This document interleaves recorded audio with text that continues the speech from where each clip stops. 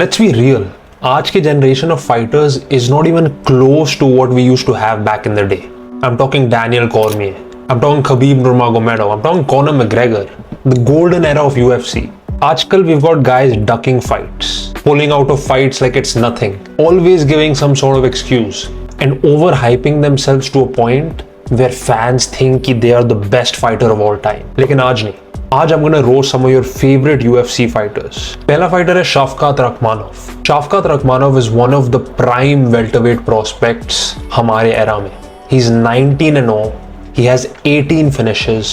And उसकी last fight against Ian Machado Gary showed us all कि वो actually कितना अच्छा है. The problem with शाफकात is कि he is so inactive. जब UFC एक फाइटर के पीछे लग जाती है and they're actively trying to promote him as this next big thing, जैसे हमने खामजात के साथ देखा था, जैसे हमने इस्लाम के साथ देखा था, शाफकात had that chance, but just by being inactive, letting fans forget his name, people don't care about him. There are other fights at welterweight. Leon Edwards versus Carlos Prates, Sean Brady versus Ian Gary बनने वाली है. Kamaru Usman is back in the picture. शाफकात रखमानोव के बारे में sometimes I just see a tweet randomly scrolling through Twitter and be like, where is this guy gone? ये बंदा इतना inactive है कि he's literally ruining his own chances of becoming a champion. अगला fighter है अरमान सारूकियन. अरमान के बारे में मैं इतनी चीजें बोल सकता हूँ. पहली बात तो he ruined UFC का पहला इवेंट इस साल UFC 311 by pulling out against Islam Makhachev. And अरमान ने बहुत बार उस फाइट के बाद आकर बोला है कि I pulled out because of medical injury. Doctor ने मेरे को बोला इसलिए मैंने पुल आउट किया. लेकिन भाई, if you had such a back injury, why were you doing this with Nina Drama? तू इधर क्यों कर रहा था? ऐसे मजे क्यों ले रहा था? जब तेरे को पता है कि तेरे पास ऑलरेडी एक बैक की कंडीशन है, तूने फिर भी रिस्क किया बस एक लड़की को इम्प्रेस करने के लिए, उसके व्लॉग, उसके ऑडियंस को वाव करने के लिए. एंड अब अरमान सारूकियन बोलता रहता है कि इलिया मेरे से लड़, तू मेरे से लड़. ब्रो, तूने एक पूरा इवेंट रूइन कर दिया. Get back in line. तूने UFC 300 से since when you beat Charles Oliveira with an impressive performance, तू तब से नहीं लड़ा है. It's been almost 16-18 months and तेरे को लगता है कि by pulling out and ruining an entire event तेरे को सीधा टाइटल शॉट मिल जाएगी? Keep dreaming मेरे भाई. अगला फाइटर है Belal Muhammad. Belal dominates Leon Edwards. मतलब क्रेजी परफॉर्मेंस. लियोन एडवर्ड्स को बुली कर दिया. And then from that performance सब कह रहे कि he trains with Islam, he is one of the best. Jack Della Maddalena के पास एक चांस भी नहीं है. He goes and he absolutely gets bullied by JDM. Belal अपने आप को कनेलो हैंड्स बुलाना बहुत पसंद करता है. But when you fight a real striker, a real striker, we saw what happened to him. Another thing about Bilal is कि he's probably one of the most boring fighters ever. I think वो दिल का बहुत अच्छा है, don't get me wrong, उसकी personality seems like a nice guy, लेकिन there's nothing behind him. There's no substance that excites me to watch Bilal's fights. उसकी जो fighting style, जो है pure wrestling, mixed with his boring personality, combines to give you the most boring UFC champion of all time. अगले fighter हमारे list में is Dricus du Plessis. And Dricus du Plessis के बारे में तो पूरी दुनिया अब उस पे स्विच अप कर सकती है, क्योंकि इस बंदे ने इतना प्रॉमिस किया, इतना ये किया कि I am the boogeyman of this division. Khamzat मेरा कुछ भी बिगाड़ नहीं पाएगा. Let's go, you wanna wrestle, come wrestle, take me down, I will show you how to defend takedowns. लेकिन where was that all in the fight मेरे भाई? कहां पे था वो सब? Where was it? कुछ नहीं दिखाया भाई तूने. You got dominated by Khamzat for 5 rounds. The scorecards were insane. 50-43, 50-42, पता नहीं क्या था. And जो उसका बकवास कोच है, वो जाके कह रहा है कि ओ Khamzat dare to fight us, और फिर फाइट के बाद excuses बना रहा है. There's absolutely no shame भाई. Come on. You get a razor thin decision against Strickland पहली बार. चलो दूसरी बार तूने उसको amazingly हरा दिया. You beat a washed up Izzy. And then when you got a real title challenger, जो था Khamzat Chimaev, you got dominated. अगला फाइटर हमारी लिस्ट में है is Alex Pereira. Alex. मैं तेरे को ये कैसे बोलूं मेरे भाई? तेरी fight is less than 1 month away. The rematch against Magomed Ankalaev. Yes, Alex Pereira carried the entire UFC during 2024. मैं मानता हूँ.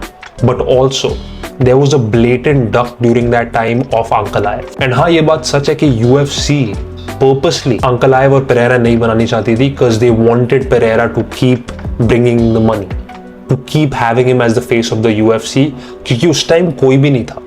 There was no one more personable, more hyped than Alex Pereira.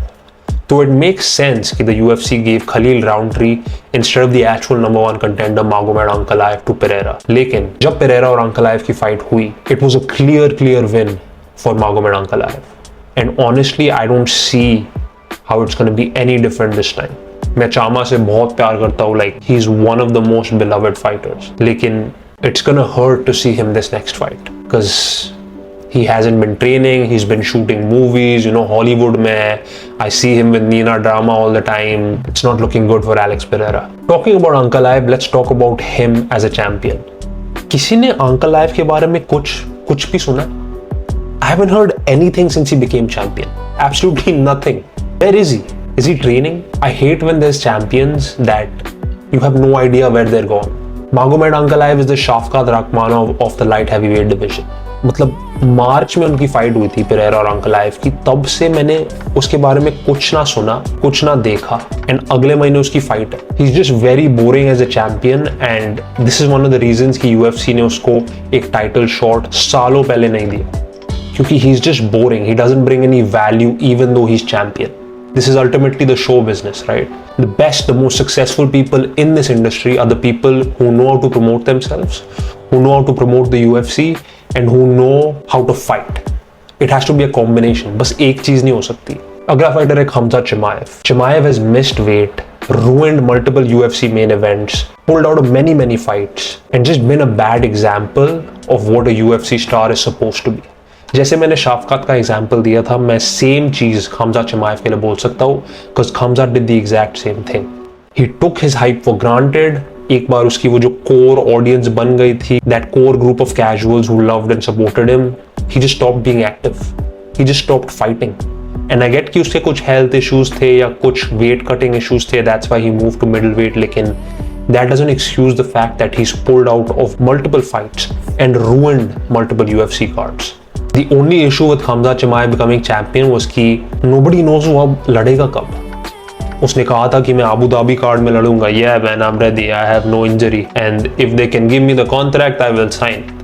लेकिन there's no news about him. कहाँ गया Khamzat Chimaev? When you said कि तुम लड़ने वाले हो अबू धाबी में, there's no further talks on that. Instead, Khamzat Chimaev tweet कर रहा है कि मैं व्हाइट हाउस में आना चाहता हूँ. तो अभी हम Chimaev को जून में देखेंगे. That's crazy. One of the most inactive champions that we're going to have in a very long time. अगला फाइटर है Islam Makhachev. Islam Makhachev elite है. I cannot deny that.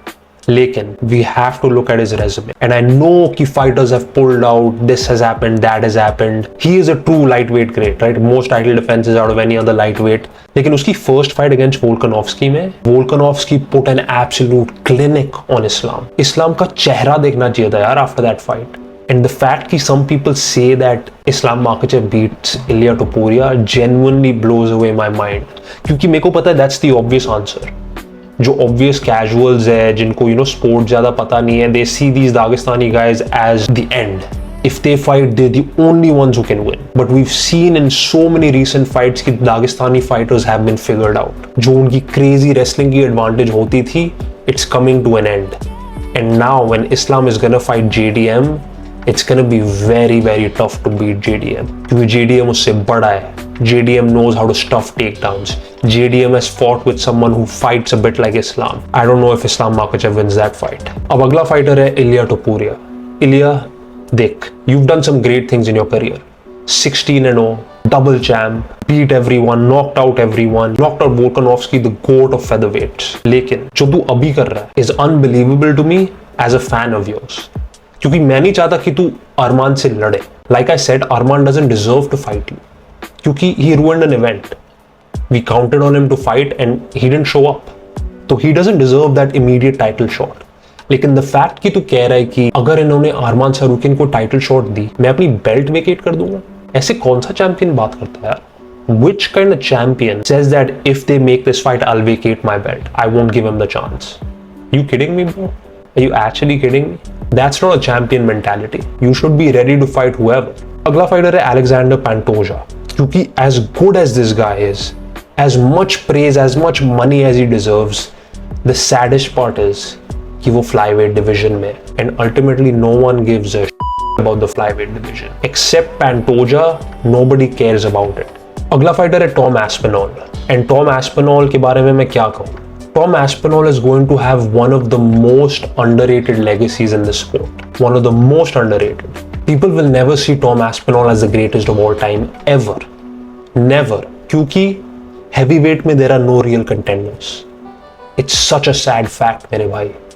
It's so sad. I feel so bad for him कि he's gonna have to fight these bums who are the slowest, the least technical fighters heavyweight division has ever had, instead of fighting Jones, who would have been massive for Aspinall's legacy. Tom Aspinall could have been one of the greatest of all times.